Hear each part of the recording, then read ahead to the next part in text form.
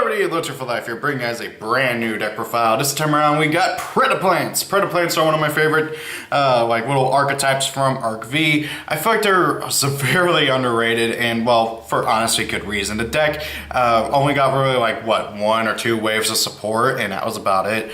And for the longest time, their best support was locked in Japan, but we finally got it in the most recent set. So yeah, I decided to just go ahead and let's get going with Predaplants once again. Give it a second try, even though we don't have the Arrow Mage Link Monster, which, oh my god, the Arrow Mage Link Monster helps this deck out so much. Yeah, I digress. And you know, whoever commented that I say that too much, yes, I agree, I do. Oh god. So first and foremost, let's start off with one of our actually like relatively decent playmakers. Predaplant Spinodionea. I'm probably mispronouncing that, but I don't really care. Spinodionea, he's really cool looking, has some cool effects, has great attack, 1800 level 4, dark plant. He's a dark plant like everything else in the deck is. And then whenever he's normal or special, you can put 1 Preda counter on one of your opponent's monsters. Monsters with Preda counters become level 1. And whenever he battles an opponent's monster who has a lower level than him, at the end of the battle phase, well, not the battle phase, after the battle is finished and everything, I think the exact terminology is after damage calculation, if this card battled a level monster with a lower level than it, you can summon any Predaplant from your deck. Now, granted, it's the battle phase, and it's kind of sucks that it has to be a level lower, but however, with a lot of things running around, it still have levels. I mean, unless your opponent has a bunch of Link monsters out on field, he can still get that in. And heck, that effect happens even if he dies, so you can summon him, put a Preda counter on something, and then run him into something, and then he'll die and then still get a free special. The big thing is that he's one of the few good Predaplants. The Predaplant card pool is not particularly great. Next up to the main one you want to summon, who gets a free summon from deck practically. Predaplant, or for Scorpio, everybody knows this thing from the Predaplant engine. You normal or special summon this thing, pitch a monster, summon any Predaplant from your deck. It's a once per turn. I like how it happens on normal or special summon. Really good card overall. Predaplants have a number of cards that you really want to have in the graveyard, so it really does help out. And he's just an overall, well, really good playmaker who you can still make effective use from even whenever bringing him back from the graveyard. Next up is probably going to be one of 2 main dudes you're going to bring out with Scorpio, and that's Predaplant Yugioh Sundew, or as a lot of people call him, Chlamydia, because nobody can be bothered saying that full name. Yugioh Sundew is a level 2, 600 attack, 200 defense. Let's be honest, the stats don't matter. The big thing is that once per turn you can fusion summon using monsters you control or are in your hand one, well, dark fusion monster. But however, what's really nice is that if your opponent has monsters with Preda counters on them, you can use your opponent's monsters for that summon, which is really cool. And also, I thought for a second there I could treat them as dark. Oh yeah, monsters with a Preda counter that you use as fusion materials are treated as dark. Yeah, so you treat, while he's out on field, monsters that you fusion summon with using that have, well, Preda counters on them are treated as dark. So basically monsters being used for fusion summon are treated as dark, and once per turn you can fusion summon a dark fusion monster, and you can use monsters that your opponent controls that have Preda counters. So really good combo card, one of your main playmakers as well. I mean, heck, comboed with one of their new cards from Soul Fusion, he is a beast who can be reckoned, who is, well, to be reckoned with, especially since comboing him with the new card from Soul Fusion, you can break a U-Link, provided your opponent does not have a Trigate, and, well, you can, you know, bait that out. Next up, we got Predaplant Saracent. I guess this is supposed to be an ant mixed with a Sarissa. I don't know what a Sarissa is, but oh well. So this is actually a hand trap of all things. If your opponent attacks you directly, you can special summon this monster from your hand. It does not negate the attack or anything. But however, what's really nice is that if your opponent's monster battles this card, that monster is destroyed at the end of damage calc. Cool. And then if this thing is sent from field to graveyard, you can add any Preda card from your deck to your hand, except himself. So really nice monster overall, just being a good search card. It gets its effect off anytime it hits the graveyard from field, and it's a hard once per turn though, which kind of sucks, but hey, really nice being able to add any Preda card from your deck to your hand. And technically it's Predaplant, with a P at the end, but I don't know why they bother doing that. I guess so they can make another Predator archetype in the future. Maybe one based off the Predators for Alien versus Predator. That'd be cool. Anyways, moving on. We got good old Predaplant Squid Drosera. I know some people don't like this card, but I still really like him for the OTK factor. If he is on the field and is sent to the graveyard, place 1 Preda counter on every spell summon monster your opponent controls. Then if he's in your hand, you can send him from your hand to the graveyard, target 1 monster you control. It can attack everything that your opponent controls with a Preda counter. Think of the OTK potential. Oh, your opponent has a board full of monsters. Okay, fuse them off for a fusion summon from your field with, well, you know, going for like Starving Venom. Starving Venom gains a crap ton of attack power, and then you use another one in your hand to do, well, the OTK, basically what Yuri did in, what, like episode 70 something, I don't know. But it's still a really nice way of being able to get Preda counters on your opponent's monsters. That's the main thing I use them for. Every once in a while you get to do the big OTK with it. It really is variable on, well, how many monsters your opponent has and whether or not they have an out to stop this. What they probably do. But yeah. Really fun OTK potential there, and one of the other main ways of actually getting Preda counters on your opponent's monsters. Unfortunately, for being a counter-based archetype, Predaplants do not have very many good ways of getting Preda counters on stuff. Moving on, we got 2 Evil Storm Mandragora. The big thing is that this is a dark plant with a Cyber Dragon effect. I mean, it kind of goes hand in hand. Next up, we got Predaplant Drosophilum Hydra. This thing is pretty darn cool. It's an 800 attack, 2300 defense, so you're not going to be attacking with it. Level 5 Dark Plant. You contribute 1 monster your opponent controls with a Preda counter, spell summon this card from your hand or graveyard. If this card is on your field or in your graveyard once per turn, in your player's turn, you can banish 1 Preda card from your graveyard, well, 1 Preda plant from your graveyard. Target 1 monster your opponent controls, it loses 500 attack. Really, really good card overall. The big thing is that he's an archetype kaiju. The deck has another one who's also a tuner, but is not as good and can only be summoned from hand and doesn't have any other utility, and was really just mainly used for making Clear Wing in the anime, which I whatever, why not give Predaplants their own synchro, but I digress. Story reasons.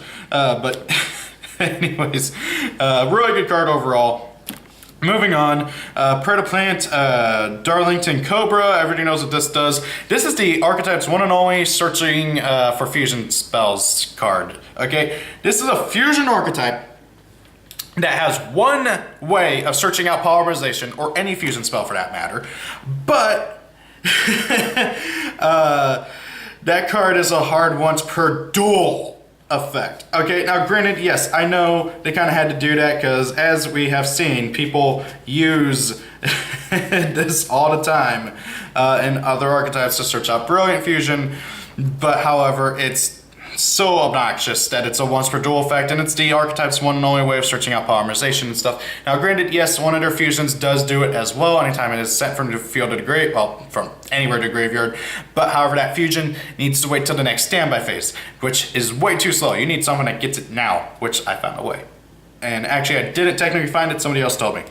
Next up, we got World Carrot Weight Champion. He's a nice little monster in your graveyard. You can pitch a monster from your hand to the graveyard, special one from your graveyard. He's just another, well, playmaker, really.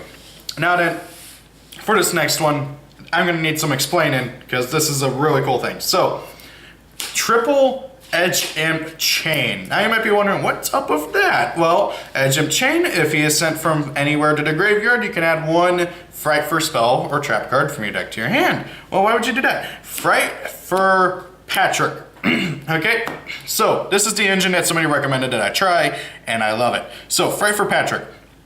Once per turn, you can activate this card, add 1 Edge Imp monster, and 1 polymerization from your deck to your hand. So with this, you search out Edge Imp Chain. And then you fusion summon or get chained in graveyard through Darling Cobra, well, not Darling Cobra, but or for Scorpio or Carrot Weight Champion or any other way to get them in the graveyard, or fusion summoning or whatever. You get them in the graveyard and you search out another Fright for Patrick.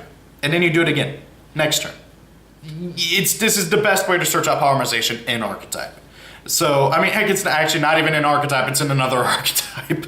This is a little Edge Imp engine, and I'm honestly half tempted to try this out in other fusion decks that don't have a lot of ways to search out polymerization. The big thing that why it works so well in Predaplants is that a lot of their fusion monsters need dark monsters, and the Edgent monsters, especially Chain, is a dark monster. So then you can just easily search, research, just keep getting poly and Frightful Patrick to your hand.